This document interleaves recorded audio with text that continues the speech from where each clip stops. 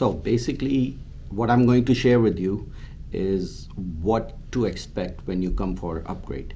Now this is going to be just an overview, not details in what exactly is shared, but I wanted to give a heads up for people coming in for upgrade, what type of things they would expect and what will happen. So I stayed the campus in the morning. The classes that I had to take for the upgrade are actually in the campus itself, so you don't have to take the shuttle or anything to go to the main terminal in the beginning. So in the morning, got up, went downstairs, had some breakfast, and then at 7 o'clock there was a safety class.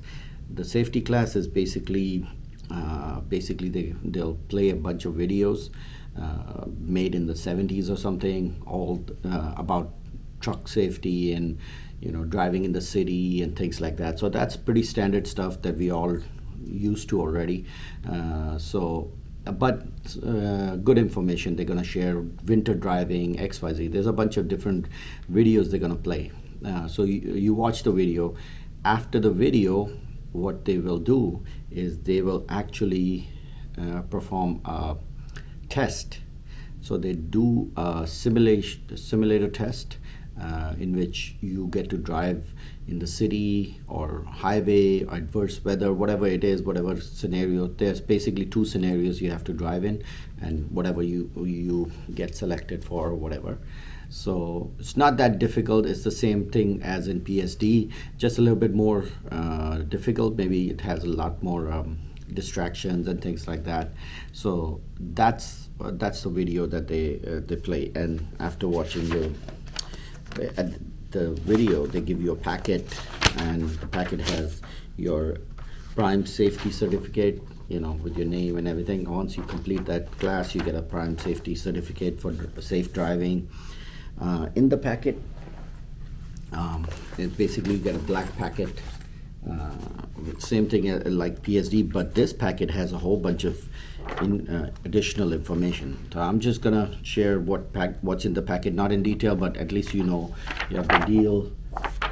2020 is in there. New associate information. I mean, a whole bunch of information. You would be payroll codes and things like that. Hazmat training, sexual harassment, clearinghouse, everything you would need to know. Permits, Qualcomm, how to use a Qualcomm, and cargo claims,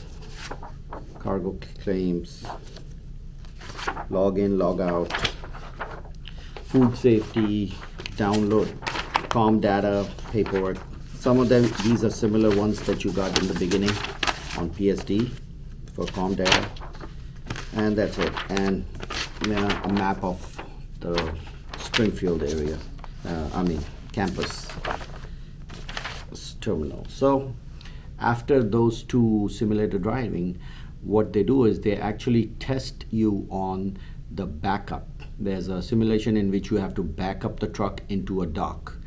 That was a little bit nerve-wracking because, as you know, backing is a little bit one of my Achilles heel, sort of thing. So I'm still practicing on it. So I was a bit nervous going into that.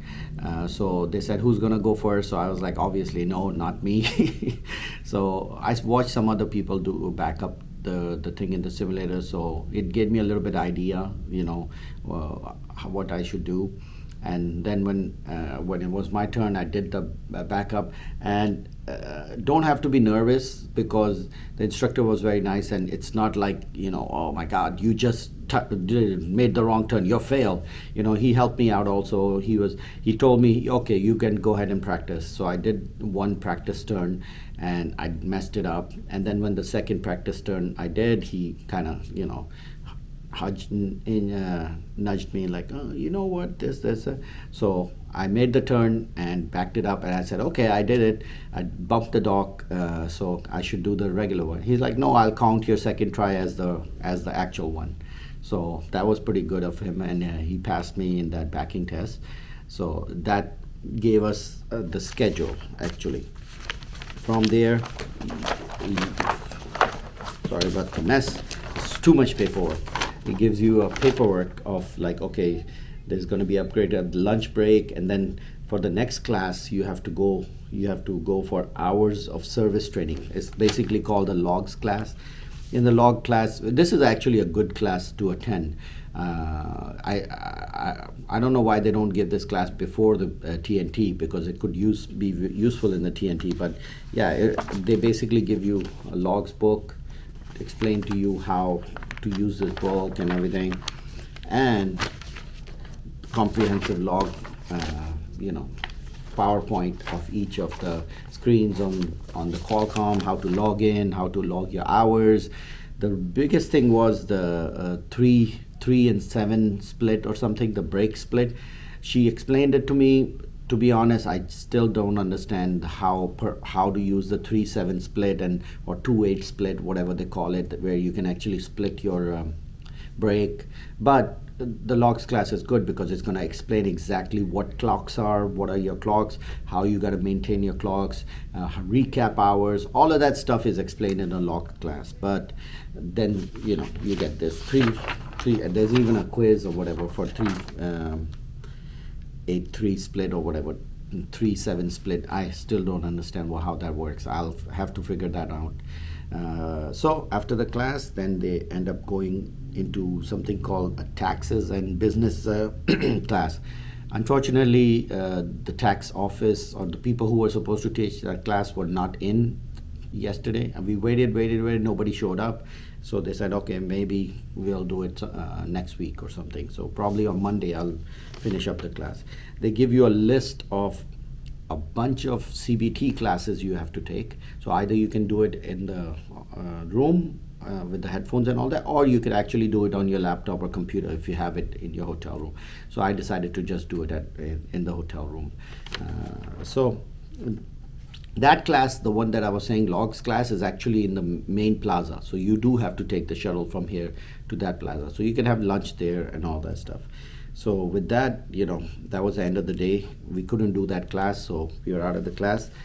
So guys, after that, just came back to the hotel room, and now it's Saturday and Sunday. I just have to wait in the hotel room because the next class I have to take is slingshot business class, because I chose to go for lease operation. So if you're leasing the truck, then you end up getting this class or something. So for that, I have to wait till Monday, and once I finish these classes, I have to send them an email saying that I've done all my prerequisite, the CBT classes and all of these classes, and I'm ready for the upgrade. And then they will pass me on to Success Leasing, and that's where Success Leasing is probably gonna get in touch with me and tell me what trucks are available. So that was the first day. Interesting. A lot of running around, a lot of classes and stuff, but worth it. Definitely got to learn a lot of new stuff and met a lot of interesting people, as you can see. But waiting for Monday now for the class, so I'll get back with you on Monday. Whew.